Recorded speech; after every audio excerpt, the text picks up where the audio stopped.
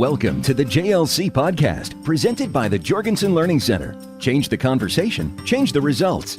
Here's Dr. Ray Jorgensen. Welcome back, folks. We're happy to see colleagues and friends online. This is the second edition of the Drama Triangle. And just as a review, behind me is the Drama Triangle. It was created by Steve Karpman back in the 60s and early 70s. And it outlines three scripted roles: a victim, a rescuer, and a persecutor.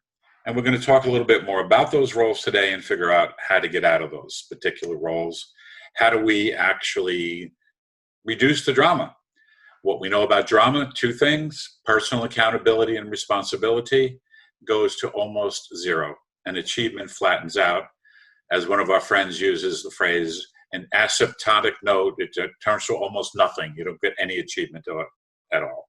So today we will do that. I'd like to introduce my colleagues today. They are part of JLC. They're JLC associates. They are certified facilitators and executive coaches and leaders in their own right, and incredible backgrounds and capabilities. But let me ask them just to introduce each of themselves and tell us a little bit about them. So Julie, who are you?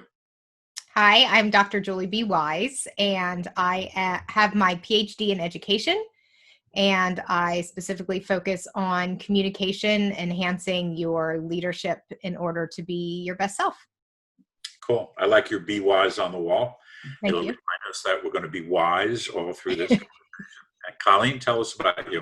Sure, absolutely. I've had the pleasure of working with the Jorgensen Learning Center for, I believe, 12 years now, and supporting not only executives, C-suite executives, but just leaders from all different levels of organizations, really enhance their capabilities to develop quality relationships, to really have candid quality conversations so they can get everyone's thinking on the table to produce more effective decision-making, as well as more effective courses of action so they can move forward in producing results. It's all about how can we get better in moving forward to what it is we're trying to achieve together. Yeah, you can tell just by listening to my two colleagues, they have a great deal to offer. So let me step into the triangle with them for a minute, and I'm going to ask them a very straightforward question. What does a victim sound like? What does a victim look like? Colleen, how would you answer that? Sure. I think a victim looks multiple different ways. It's not my fault. I couldn't help it. You know what? Julie didn't give me the information I needed to put together my report on time. So I am so sorry, Ray, but I'm just going to miss that deadline because Julie didn't give me the information I needed. And there's nothing I can do. I gotcha. And so notice, ladies and gentlemen, that she identified her persecutor. So she played the role of victim. She even sounded like one for a little bit there. And she identified somebody as causing her to be a victim. This is why I can't get my work done. This is why I can't achieve what I was supposed to achieve. Beautifully stated. Thank you. Julie, how about you? What does a victim sound like and look like? And you can pick on Colleen if you want. I think a victim is really focused on things that they can't do. I can't do this. I don't have any guidance. I don't have enough time. They're really focused on themselves and how the conditions are impacting or limiting their ability to get things done. Yeah. And they don't see any way to ask for help. And they don't think of any opportunities where they could actually go and do something different. Well said. I think what happens too is if I am talking with the person who is my direct report and I'm going to fail to meet a deadline, I will blame someone else. And when I do that, I take out any personal responsibility, to your point. Mm-hmm. No longer am I responsible for achieving this. I'm just there. And the interesting thing is, I did say this in the other video, when I was a young leader, I thought that was my deal. I thought that people were supposed to bring me their problems, bring me your issues, tell me what's wrong. And inadvertently, I became the rescuer. Oh, this parent's driving me crazy. This student's driving me crazy. Oh, let me talk about the person I work next to in my cubicle. They don't smell good. They act bad. They make noises. They use poor language. And so I become the person rescuing people that showed up in my office asking for support. So they are playing the role of victim, which is a scripted role. It's not real. It's scripted. And we learn these scripts when we're very, very little. When I was a little boy and you were little girls, you heard fairy tales and stories about people that were victims. The one I used in the other video was Cinderella. Cinderella was a victim. She was being persecuted by her stepmother and stepsisters, and the prince rescued her, right? Now, as soon as that happened, the roles changed because now the prince became the persecutor of the stepmother and stepsisters. So this thing kept shifting around, and that is normal in the drama triangle, that once somebody plays a particular scripted role and they don't get out of the triangle, they just keep playing other roles moving forward. Let me go back to the order we were in. Colleen, what are you thinking and learning right this second?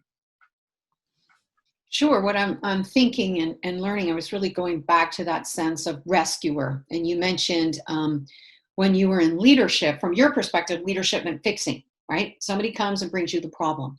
And for example, it could be me, right? I'm telling you, Julie's not giving me her work on time. I missed that deadline. There's nothing I can do.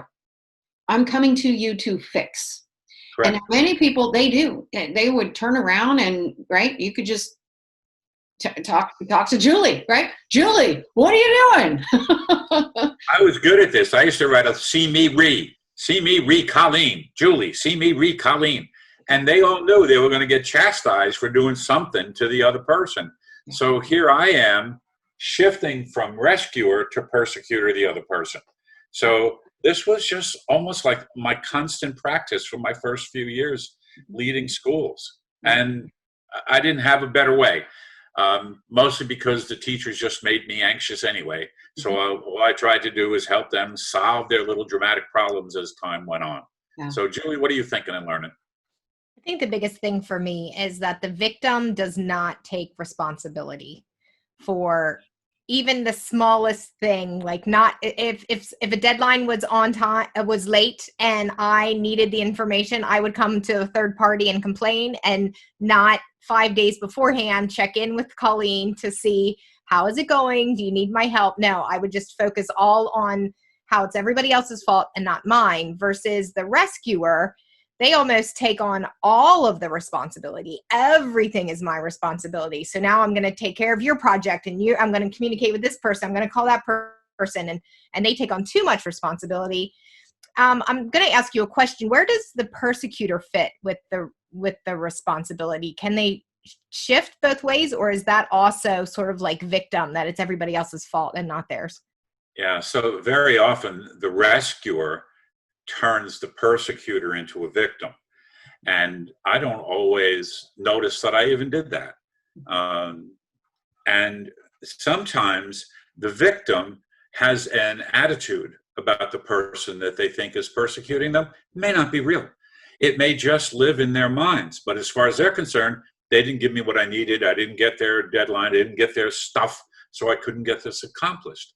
So people that play the role of victim, notice scripted role of victim, they will create a persecutor. Whether it's real or imagined is irrelevant. They are still playing the role of victim. Therefore, I am no longer responsible for accomplishing my work. This is fascinating at so many levels. So, Colleen, let me shift to you. And what I had one time was a commanding officer that felt like his command master chief was trying to do him in, that he didn't support him. He was always taking another position. He was undermining his commanding officer in every action that he did. So the conversation that I watched happen sounded like this. Colleen, as the command master chief, I don't understand why every time I turn around, somebody is telling me that you are saying negative things about me and negative things about my leadership. I want to know why. Well, how would that command master chief respond to the CO in that environment? What would you say to your CO if you were the command master chief and you got pushed around like that? that was not my intention of what I was saying. That's not what I said. I felt like that I had nowhere else to go, and I needed some help and support. And you didn't think I would provide that, is that right? I wasn't sure, and I wasn't sure how to ask. Oh, that's excellent. So let me just step out of role. That's excellent. That's exactly what occurs. I don't know how to do this. So rather than coming ahead of time and ask for support, and again, leadership is not about fixing. Once you are working with someone who is a veteran leader, your job is to broker resources, not to fix. And in the early days of leadership, when you get moved into a leadership position, it's usually because you could do your job very well. So if I was a nurse working in a command, and I'm really doing a great job taking care of patients, working with the doctors, everything's going really well, I would get promoted to a now leadership position. And those that I had the privilege of leading may not have done things the way I would have done them. So I start to judge them and persecute them if they don't do them the way I expected those things to be done. So all of a sudden, bang, I shift into another space completely. What did you learn watching that interaction between us, Julie? The first thing I learned was that you went in with the preconceived conception of what actually happened from third party, and without actually pausing first to find out, what's on their mind, maybe what's going on, to develop a common understanding of what the major thing is. That's beautiful. That's exactly right. So let me try and do it another way. Colleen, I'd like to talk to you for a couple of minutes about some information that has come to me. And I want to make sure I have it right. I'm not sure that I do, but I want to make sure that my understanding about this information matches yours. And if we develop that understanding about this information, then we each would know what to do moving forward. So before I give you that information, what are you hearing me say that we want to do, Colleen? Sounds like something came to your attention, and you're going to lay it on the table here shortly in this conversation. You want to make sure that I perhaps see it the same, so we can come to a common understanding of the information, so we can decide how we're going to move forward. You might even see it differently, Colleen, but that's accurate. And I want to find out whether you see it differently, so that you and I both know what to do when we go forward from this particular place. So, Julie, what did I just do? So you just developed a safe space for both of you to agree or not agree, but that we were both going to talk about whatever the information was that came to you. Mm-hmm. That's exactly right. Colleen, how did that feel different than the other experience that you had with me? Yeah, much different. At first, there's just something about pausing to create safe space. I think what happens is we get this information, especially if it's personal. You were like, you heard this information and it probably triggered you, or, for some reason you were unhappy. And I think when people get that type of information, they come back and they jump straight into the conversation and just start advocating their position, perhaps, or even though you were asking questions, I felt defensive. Where did you hear this information? What about this? Do you not feel you can come and talk to me? I'm like, wow, right? Now I'm scrambling. It is a different feeling versus how you set up the conversation very intentionally, saying, this is what I heard. This may or may not be the case, but I just want to find out so we can develop that common understanding and move forward. And boy, what a difference in the space in order to have that conversation. That setup made all the difference. That's beautiful. There's a piece here that I find interesting, in that the leader, the big leader in the organization, decided that he or she was a victim of you, and went into the conversation trying to fix you because I feel persecuted by whatever it is that you're doing. Believe it or not, I've heard people in the highest levels of leadership respond in the same way. Julie, I'm so upset with you. You just have not taken care of the responsibilities you were given. And Ed, I had to respond to my leadership, and I couldn't respond positively because you didn't take care of what you were supposed to take care of. So I need to understand, why didn't you fix it? So notice that was once again almost like a mini tirade where I am being persecuted by somebody that reports to me. And everybody thinks that the leader is the one that's always pushing and provoking and pushing. They don't. It's not the way it works, because I'll hear something once or twice, maybe 3 times. Now it's a pattern, and I'm saying, oh, there must be something going on here. So I have gone to judgment of the person that reports to me, and I'm shifting them into a different space in my reality.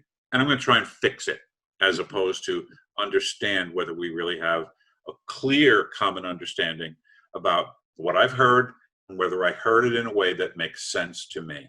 Mhm. And making sense to me means I have come to a conclusion about the person I am concerned with. So as we go forward in this very brief example of the roles, I want you to notice that the biggest thing that I did was to set the stage for conversation with Colleen. Let me just lean back. Ladies, let's just talk a little bit. Take a deep breath here, because our audience would probably like that too. What are you thinking and learning watching these little pieces, these little vignettes unfold? Julie, you can go. Yeah. So one of the things that I'm really noticing is the fixing. So I tend to play rescuer as the executive coach and come in and help and save the day and be the hero.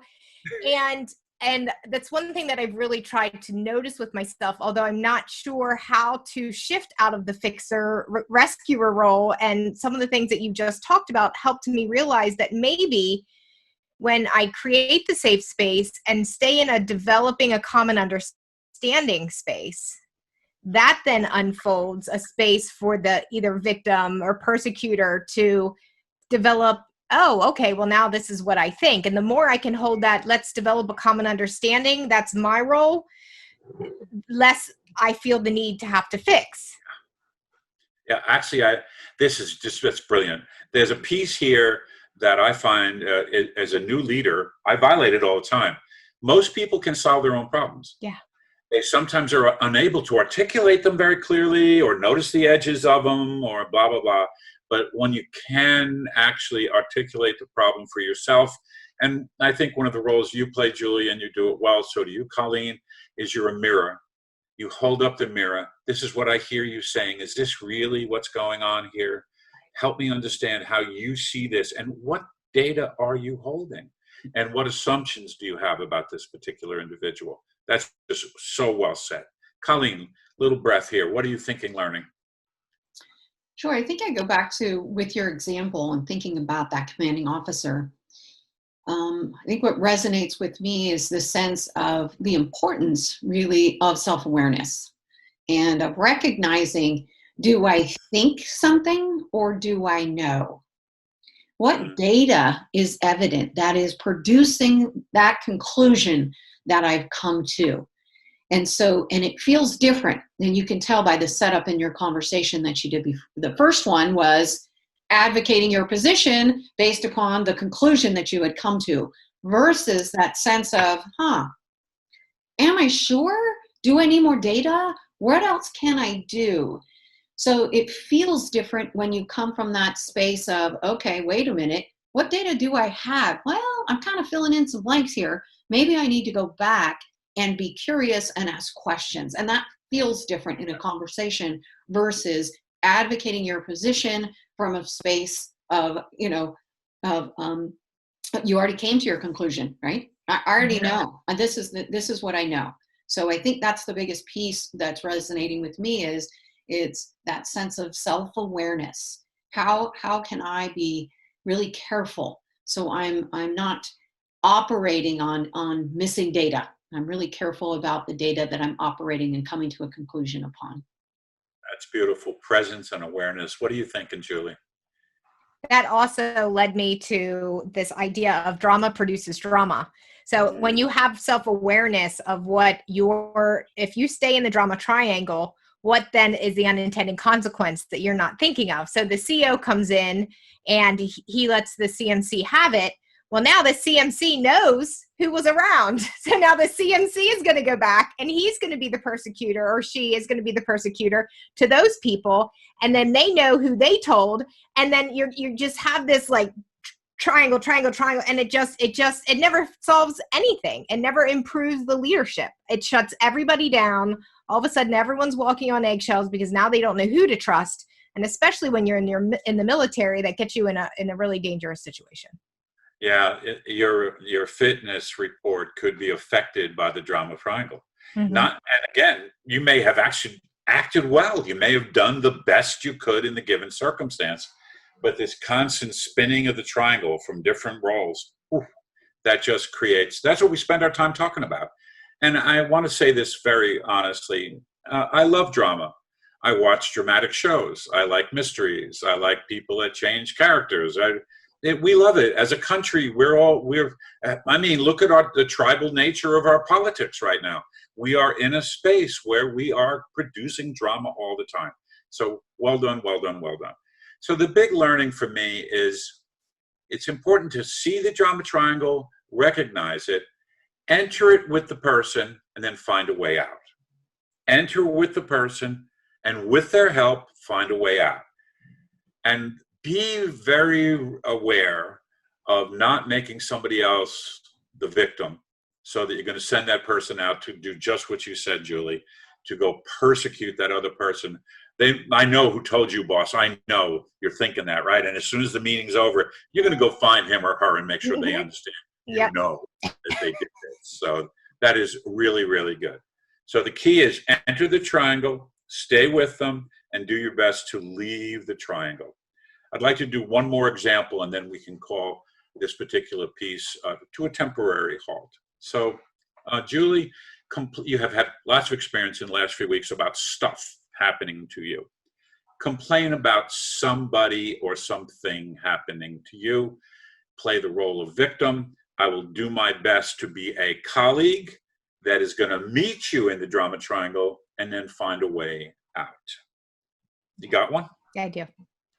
So I just do not understand why people are not trusting my decisions. They ask, they want to know, they're concerned. And so I tell them what decisions I've made, and then they start telling me why that's not a good idea. And haven't I thought of this? And maybe you should read this article. Or, I talked to somebody else and that's not a good idea. That's the worst thing you could do. And so not only is it difficult to get a vast amount of information and make a decision, but then on top of that, have everyone around you not validate or trust that you know what's right for yourself. And so now I'm second guessing myself. And so now I'm in this place where, I'm not going to tell anybody what I'm doing. I'm just going to keep it to myself because I'm not telling you, because then I don't have to hear. And then you don't know. And then too bad for you. How do you like that?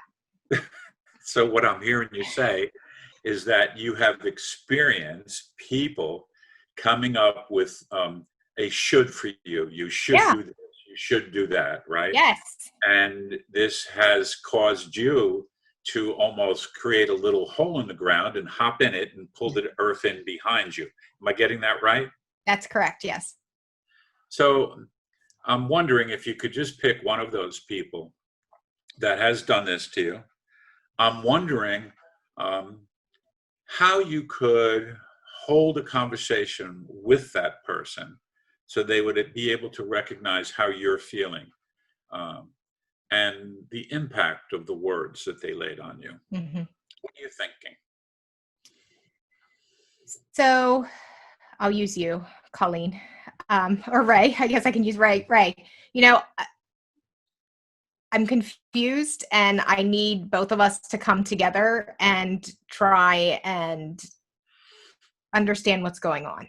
Mm. So can you sort of help me understand what you're thinking and feeling when it comes to interpreting and making all these decisions? Yeah, thank you. So let me start with my first premise. I think you're a brilliant woman and you'll be able to make very, very good decisions for yourself. In this space, my invitation would be for us to really surface all the possible decisions with the intended and unintended consequences. Rather than lock on to one early, and say, this is my way forward, and here's why. Because then we end up in a very strange conversation. It's like being in a courtroom where you are litigating your conclusion, as opposed to hanging out with somebody that says, wait a minute, there's lots of possibilities here. And if we are both interested in your success, we are mutually invested in one another's success, let's see if we can figure out what those possibilities might be. And if I'm not the right person to do that with you, I probably could recommend some others that you know well that you could talk with to figure out those alternative decisions. Julie, that was magnificent. Colleen, what did you watch there? What did you observe and learn? Yeah, I really like the example, because I think I felt and could identify with that. There were multiple times in my life where, I'm feeling pretty comfortable and confident, and then all of a sudden I'm like, oh, okay. Was that a good idea? And raising children, I mean, that's the number one that popped in my mind, because each one of us makes our best decisions given the data and information we have. And yet many times people judge us for the decisions that we make. And so that's kind of where my mind went. And the piece that I really like is when you were talking, Ray, kind of walking her through, really kind of coaching her around how might she consider different ways to make a decision. And I think many people will first advocate, oh, I'm just going to do this. Okay, here we go. And which is good. It's good to show up with a good idea, but how can we be so careful not to jump to a conclusion too soon, but to have a conversation around a dialogue where we're just kind of throw spaghetti on the wall, talk about some different options, talk about things. We don't need to get to decision yet. And as part of our decision-making process, the other piece that I resonated with me was, what are some intended and unintended consequences? So it's almost like this is a process. It's not a quick one and done. And so how can we almost pause and take a little bit more time, so we're not jumping to a decision or a conclusion? We're actually taking the time to have a deeper conversation about it. I love that. Julie, what are you thinking?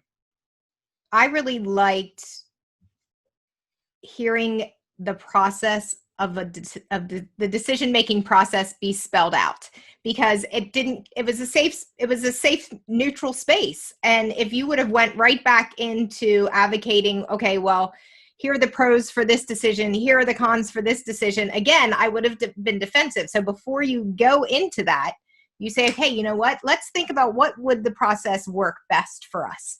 Maybe we could sort of brainstorm some ideas, and then we could lay out the unintended consequences, and and then let's look at that. So we didn't even talk about the actual decision, just the process.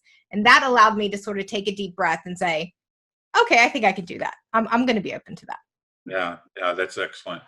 So one of the things that the three of us have worked on for the last few months is, what does a coaching act look like?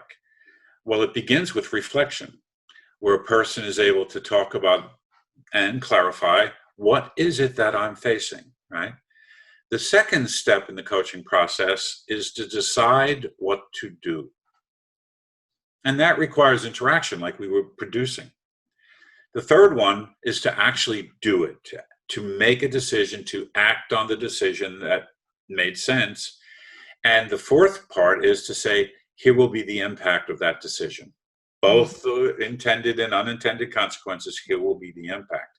So one of the things that a coach does, and sometimes they do this on a football field or a basketball or a soccer field, they do it in a timeout, is they help the team reflect, decide what to do it, and recognize the impact of the action. So I just thought that was really, you played that role beautifully, which doesn't surprise me. You played that role beautifully. And it's a very good example of what it looks like to get into a conversation with somebody who is in drama and open the door so they can step out of drama.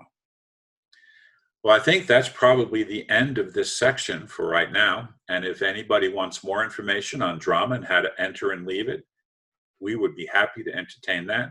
And if you have questions, please send them to us, and we can do a third episode of the Drama Triangle. But for now, the key is to recognize the roles. And as I've told everybody working in leadership, teach the Drama Triangle to everyone. Teach it. If they understand it, you can steward their behavior moving forward in the context of the Drama Triangle. Teach it, teach it, teach it, and steward that Drama Triangle so you can use it when you notice one another and yourself drifting into one of those scripted roles. This was really great, ladies. Let me do a quick checkout so that the audience can listen to your own, because the two of you are so great at being vulnerable in the learning process. So I really want you to dig deep now. What's a big takeaway, something you can act on from this experience that we just had together? I'll go ahead, Julie, and go ahead with my checkout. So I think from my perspective, the one thing that I really committed to is the recognizing it piece in myself. I think many times I'm quick to recognize in my children, right? They're victim mode. They're using victim language. They're fallen into that scripted role. So for me, I'm going to use this as an opportunity, and my committed action is I'm going to look for the drama in myself so I can help navigate myself through it. And I'm out. Nice, thank you. If you hear her say I'm out, that is another ritual that we use in our conversations, which we've learned from the MIT group, the Center for Organizational Learning, and Bill Isaac specifically in dialogue. When someone is checking out, we never interrupt. We never say a word until they say the phrase, I'm out. So my colleague and friend, Julie, what's your biggest? My biggest takeaway is the how to possibly exit out of the drama triangle. I am always usually in the drama triangle, and I'm just so passionate about everything. And I can be victim, and then I can switch to rescuer, and I can switch to persecutor really quickly, but I don't know how to get out. And so this was really helpful for me to sort of take a step back and say, okay, wait a minute. Let's all just pause and develop a safe space and a common understanding of exactly what is it that we're talking about. And that is the way then to be able to exit out of the victim role or the rescuer role or the persecutor role. And I'm out. That's really good. Thank you. And to all of you that are watching, I hope you'll take a minute when I say thank you for joining, and I haven't said it yet almost, to write down your biggest takeaways.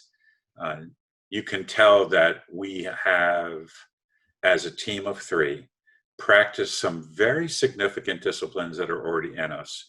And feel free to chase us down at gojlc.com, and you'll learn more about all the disciplines and practices that we use. Lately, we've been saying something that I think is really useful. It says, the quality of my leadership, the quality of any individual's leadership, is revealed in the quality of the conversations that they hold. And here we were, doing our best to hold a quality conversation for you. Hope this was informative and instructive. Thank you very much for listening, and goodbye. The Jorgensen Learning Center provides leaders with a practical framework to use conversation as a discipline to create a high-performance environment where people are energized to share, contribute, and succeed together. To learn more, visit gojlc.com.